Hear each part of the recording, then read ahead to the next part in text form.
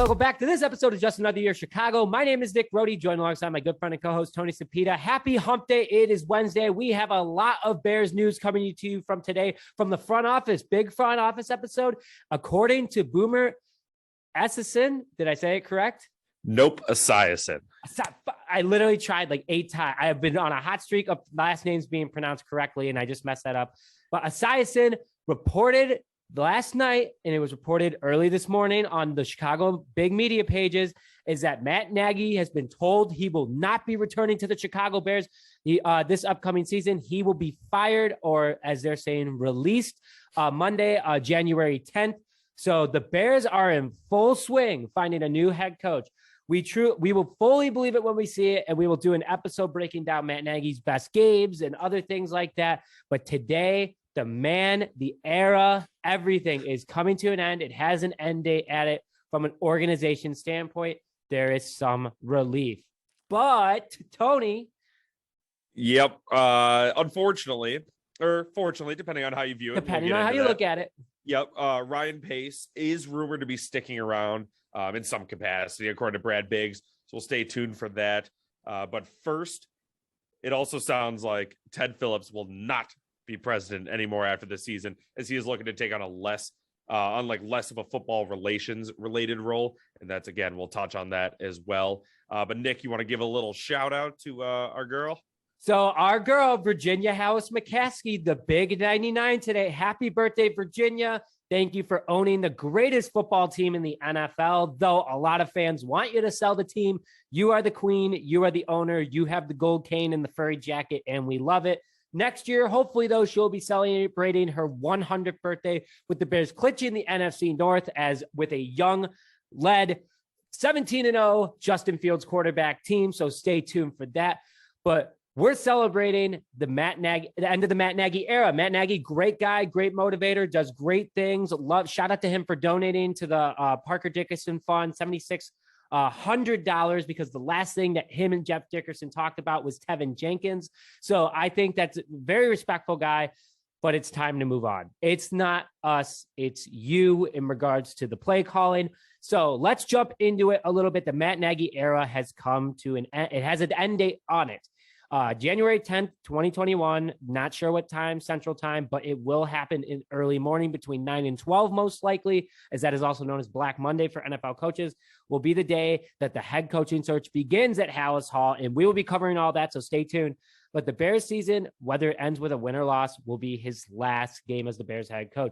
So let's jump into a little bit about the stats of Matt Nagy over the last 4 seasons. He has a regular season record of 34-30, so above 500, but don't let that fool you, folks. He's also entering his last game, so he could be 35-30. He also could be 34-31. Now let's break down his records, and this is why I said don't let it fool you.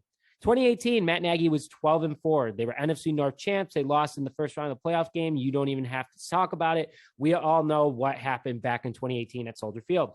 2019 comes around. The Bears go to 8-8, no playoffs. 2020, 8-8. They sneak into the playoffs with the new playoff format of having a 7-team. Lost in the first round to the Saints after Javon Wims dropped in just an overall bad game by the Bears and poor offensive execution. And 2021, 6-10 as it lies. The Bears are on a current 2-game winning streak with 1 game remaining. Could go 7-10. And what's crazy to think is that if the Bears would have beat the Vikings, if the Bears would have beat the Steelers, all these very close games, the Bears could easily be in the playoffs right now. So it just shows that Matt Nagy just couldn't get that little bit. And also the refs screwed over the Bears a few times there. But he has a postseason record of 0-2, so technically his overall record is 34-32, and never scoring more than 20 points in a playoff game. That is not what offensive gurus do, so just want to also throw that out there, a little jab. But he was 2018 Coach of the Year. Shout out Vic Fangio for helping him get it. And then finally, what you guys all want to hear, how was Matt Nagy's offenses throughout those seasons? So 2018, the Bears were 9th in points. A lot of that comes from the uncertainty of what Matt Nagy's offense was going to be. Defenses didn't know what to do. They were able to figure him out probably halfway through the season. They were 21st in overall yards. 2019 comes around, 29th in points and 29th in yards. So they stink, bad. 2020 comes around, 22nd in points, 26 in yards. And this year, 26 in points, 28th in yards. So it only went downhill after 2018. Tony, A lot of information there. What is the biggest thing that stood out to you in regards to Matt Nagy as the Bears head coach? It was funny. I read the tweet this morning, obviously calling Black Monday the final day of Matt Nagy's tenure, as you could call it. And the first thing I thought about, I'm showering, shampoo in my hair, and I'm just seeing that replay, the Cody Parkey missed field goal over and over in my head. And that's, I do think there's a lot. I think you said it where the defense has kind of figured him out. And obviously then there's finally tape out on him. But I think that just broke him. I really think that was it. I don't know, man. It broke me. I'll tell you that. It definitely broke. And look at his face after the field goal. He literally it was like the like in the cartoons where the monkey is like hitting the drums or the brass things in your head. It looks like it just stopped. And it was like, what do we do here? Screen passes, slant plays, nothing. Call timeout for no reason. It truly was. It was like, you're dating like the girl of your dreams, and then all of a sudden out of nowhere, she just breaks up with you, and you're like, is it my fault? And you're just spend the rest of your life trying to figure out, what did I do wrong? How could I have fixed this? And that's just kind of what it felt like over these past couple of years. It's, I obviously then there was that whole off season of trying to find a kicker, which we kind of did, and he's just not even here. Eddie Pinheiro, he's just not even here anymore. It just kind of spiraled, man. He never fully regained the confidence. I think I guess right. Because it seemed like he still kept the locker room, and obviously, everyone was not like it's Matt Nagy's fault that Cody Parkey missed that field goal. But it just I don't know. I guess it's the confidence, but yeah, it's sad to see because I still remember when we signed him. It was, did you see the way he looked at Mitch Trubisky? On whatever it was, the combine, licked his chops, yeah. And it was like, here we go, offensive coach, offensive guru. The Mike Martz era is done. The Mark Trestman eras are done. The Mike Tice era, Mike Tice. I'm starting to forget those. You're just naming Mikes at this point. Yeah, honestly, I think they're all Mike. But yeah, it sucks, man. I don't know I don't know what my question is going to be, man. It's good. We need a fresh start. That's really what I told you. It broke me.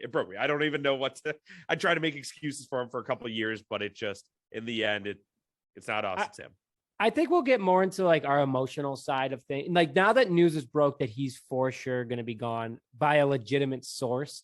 I think that what we need to just kind of consider is, I just saw that NBC Sports posted, here are 6 good things Matt Nagy did. And there's no denial. Matt Nagy did do good things. He brought swagger to this team, a club dub. He brought fun. It was fun. Fun doesn't win football games, though. You want to go out there and have fun and win football games. Or if you lose, at least you had fun. That's, what you hear growing up. But as a fan, and there was so much we got our guy. This is the guy that is going to turn the Chicago Bears around, the offense. And if frankly, it got worse with Nagy. Minus 2018, it got worse. So we're gonna get more into the emotional side of things later, but it is happening, folks. It is confirmed. There will be someone calling the plays. I saw someone. I just want to throw this out there. Everyone's like, "Go get Pete Carroll," and I'm like, "What? Why? Why would you go and get?" No, I want someone. I want I can't just a Bruce Arians kind of guy. I want him. Honestly, Fitzpatrick, I don't think would be horrible. I just wish he had NFL experience, but we'll get into when they officially kick off this search next week. We'll have a full episode on it. And obviously we'll have more information coming out over the next few days, but the Bear, whoever is calling the shots for the Bears moving forward. And I'm happy we're saying this, because Ryan Pace is going to definitely have a role. He apparently is coming back. Tony will get into that in a second, but I just think we have to hit it right. You have Justin Fields, You have a young defense, you have a young offense. Just please get it right this time. For the love of God, please get it right. Yeah, I saw, speaking of potential head coaching options, I saw today, or maybe it was late yesterday, Jim Harbaugh said he's open to a return to the NFL and everything. People are really starting to get the Jim Harbaugh train chugging along. My dad absolutely hates Jim Harbaugh. I'm with you, crybaby. I definitely, I'll say to my dad, "Oh, Jim Harbaugh, did you see how good he was?" And just kind of egg him on. I don't know if I'd want him on the Bears. Did you even watch the championship game a couple weeks ago? Anybody? Like that was no. I do not want Jim Harbaugh. Like if we get him, fine. But I don't want him. Are you on the Jim Harbaugh train? No, I think it's funny, and I'll probably tweet that I want him just to annoy some people. But I don't think it's the right. You are right. You were completely correct. And we can move on to the Ryan Pace thing after this. But you're so correct. And actually, this plays into the Ryan Pace thing. That's why I kind of wanted it just to be a clean sweep. Just clean it all out because we do have Justin Fields. It's a guy, and whether you think he's the best quarterback, whether you think they should have gone with Mac Jones, whatever it is, it's our only hope right now. Like, we just need to go all in. And that's something we didn't do with Mitch. And not that it would have worked out, maybe, who knows, but we just have to go all in. This is our last shot, because we're going to set ourselves back another 10 years, whatever, if we mess this up. Okay. Just relax. It's all right. But Ryan Pace and Ted Phillips are also apparently getting new roles within the organization if they stay with them. Yeah. So Ryan Pace, basically, it sounds like 99% chance of staying. I don't see a way that he, I guess, at this point gets fired just because, when you got everyone in the media, for people that want him fired now saying he's staying, I think that, he's for sure staying. Yeah. Where he's going to be exactly, I guess we'll see. I'm fine if he's going to move kind of to football operations, kind of take Ted Phillips' job as Ted Phillips moves to the nerd side of things where he belongs. Back to I'm fine cubicle. with that. Yeah. Back him away, just give him a bunch of fake numbers, let him, go pound on a calculator all day, whatever. But I'm fine with Ryan Pace staying in the organization because like we've talked about it, he should only be brought out of his office after the third round of the NFL draft. That's what it should be. Really should. They just bring him in and just be like, Ryan, who do we take here? Oh, is first round pick? No. We took care of that. Don't worry about that. 5th round pick. We got like the, whatever it is, the 270th pick overall. Your turn. I don't think those numbers match up. Don't kill me. But I don't know. I'm okay with it, I guess. I think that I'm fine with Ryan Pace staying. I think that Thomas Graham Jr. It's not his fault that Matt Nagy put Thomas Graham Jr. on the practice squad. There's no doubt about that.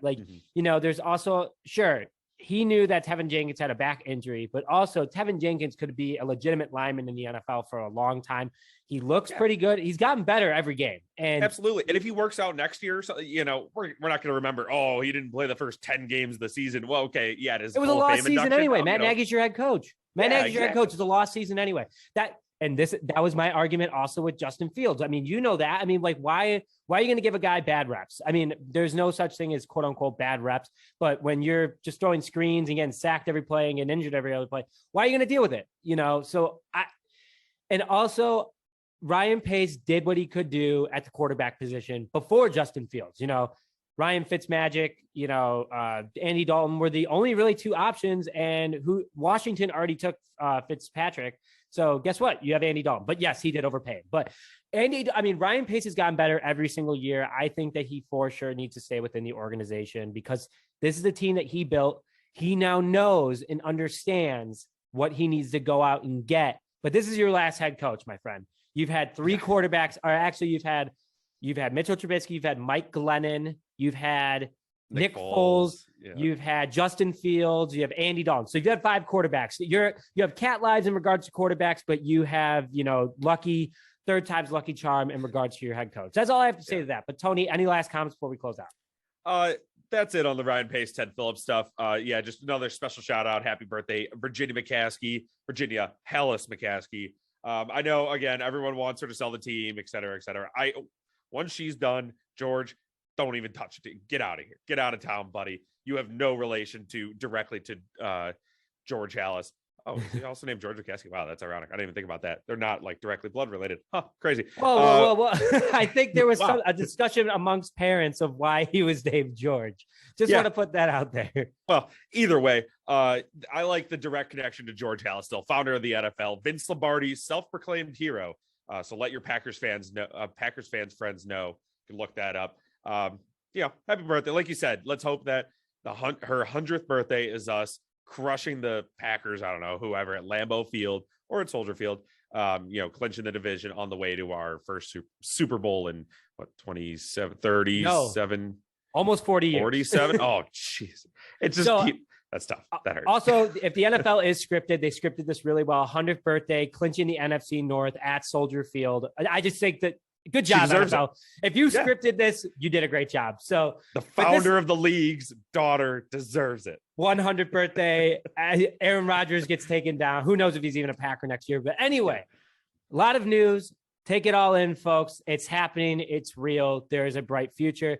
But thank you, Matt Nagy, for all you did. You did bring us to playoffs for 2 out of 3 years. We'll get into that more later in our episode after he is actually canned. But with that, thank you very much for joining this episode of Just Another Year Chicago. My name is Nick Brody, joined alongside Tony Cepeda. We'll see you guys next time.